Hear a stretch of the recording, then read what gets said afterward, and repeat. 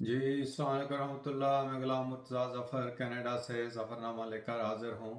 तो current affairs में हमारे नाज़रीन, जैसा कि आप जानते हैं कि आज़ाद कश्मीर में आजकल जो है ना वो सियासी अखाड़ पछाड़ जो है ना वो ज़ोरों पर है और बड़ा सियासी दंगल जो है ना वो मचा हुआ है। वहाँ के वज़ीर आज़म सरदार तनवीर इलियास साहब को जो है वहाँ की जो हाई कोर्ट थी उसने जो है ना वो नाअहल करार दे दिया था और वो अपनी वजारत उज़्मा से हाथ धो बैठे थे। तो उसके बाद से ही बहुत ही सियासी जो है ना वो दंगल मचा हुआ है और अब नए वज़ीर आज़म के इंतखाब के लिए बड़ा जो है ना वो जोड़ तोड़ वो शुरू है। वहाँ पीटीआई की हुकूमत थी और पीटीआई के जो सीनियर रहनुमा हैं परवेज़ खटक साहब और असद कैसर साहब, वो आज़ाद कश्मीर में डेरे लगा कर बैठे हुए हैं और सियासी जोड़ तोड़ जारी है। वैसे तो ये काम अली अमीन गंडापुर साहब करते थे, मगर चूंकि वो गिरफ्तार हैं तो इसलिए जो है ना वो नहीं ये कर सके, तो अब ये दूसरे रहनुमा गए हुए हैं। मगर प्रॉब्लम ये हो रही है कि वहाँ बैरिस्टर सुल्तान महमूद साहब ने अपने दांत दिखा दिए हैं। और जैसा कि पहले भी हमें खदशा था, शुरू में मैंने कहा था कि वज़ीर आज़म नहीं बनाया सरदार अपने बैरिस्टर सुल्तान महमूद साहब को, तो वक्त आने पे ये जो है ना वो ज़रूर अपनी कोई चाल चलेंगे। तो अब वही मौका था जब वज़ीर आज़म साहब बरतरफ हो गए हैं, मुअत्तल हो गए हैं। तो उसके बाद अब पीटीआई में एक फॉरवर्ड ब्लॉक बन चुका है जो कि बैरिस्टर सुल्तान महमूद साहब का ब्लॉक है। और 8 जो मेंबर हैं असम्बली के एमएलए, वो पीटीआई का एक फॉरवर्ड ब्लॉक जो कि जिसको आप बैरिस्टर ग्रुप कह सकते हैं, और दूसरी तरफ सरदार तनवीर इलियास ग्रुप है जो मेन पीटीआई में है। तनवीर इलियास साहब चाहते हैं कि उनकी पार्टी का उनके मशवरे से बनाया जाए, उनका हमायत याफ्ता उम्मीदवार हो कि जो वज़ीर आज़म बनाया जाए।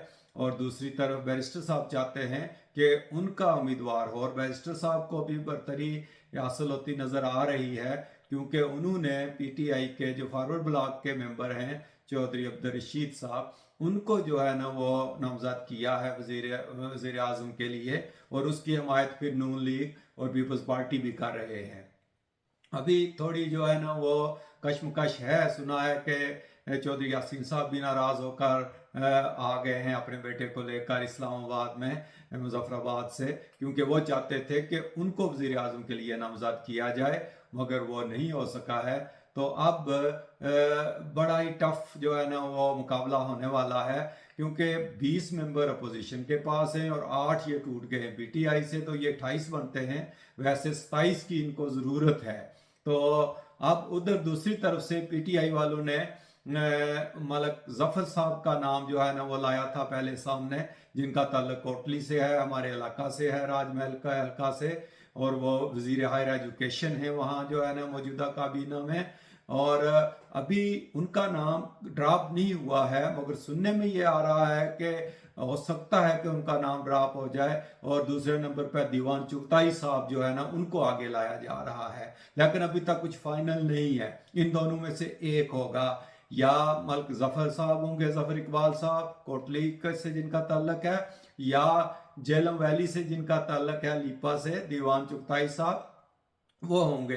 अब चौधरी रशीद साहब भी जेलो वैली से ही हैं, इनका ताल्लुक भी लीपा से है। लीपा का पहले एक हल्का होता था, अब 2 हल्के हो गए हुए हैं। और शरीफ आदमी है, ये सेल्फ मेड आदमी है बिल्कुल। ये स्कूल टीचर भी रहे और वैसे एमएससी की हुई है, पढ़े लिखे हैं, मगर ये बिल्कुल जो कहते हैं ना कि आप जो सेल्फ मेड, इन्होंने हर काम अपने हाथ से किया हुआ है, खुद आगे आए हैं। इनका कोई बहुत बड़ा सियासी बैकग्राउंड नहीं है। हाँ, बरादरी बहुत बड़ी है, गुज्जर बरादरी से ताल्लुक रखते हैं और शरीफ इंसान हैं। लेकिन अब देखते हैं कि होता क्या, अभी कुछ हतमी फैसला नहीं हुआ है, लेकिन अभी तक की जो खबरें हैं वो यही हैं कि चौधरी रशीद साहब जो हैं वो उम्मीदवार हैं बैरिस्टर ग्रुप की तरफ से, और पीपल्स पार्टी और नून लीग भी उनकी हिमायत करेंगी। और पीटीआई वालों में से या जफर इकबाल साहब होंगे या दीवान चुगताई साहब होंगे। तो अब देखते हैं कि आगे क्या सूरत हाल बनती है। ये एक ताज़ा खबर मिली थी हमें मुजफ्फराबाद से, तो मैंने सोचा कि हम अपने नाजरीन के लिए इसको शेयर कर देते हैं। تو اگر آپ نے ابھی تک ظفرنامہ کو سبسکرائب نہیں کیا ہے تو سبسکرائب کر دیں، اور ہمارے نئے نئے جو پروگرام آ رہے ہیں کرنٹ افیئرز کے بھی اور تاریخ کے بھی، وہ آپ دیکھتے رہیں۔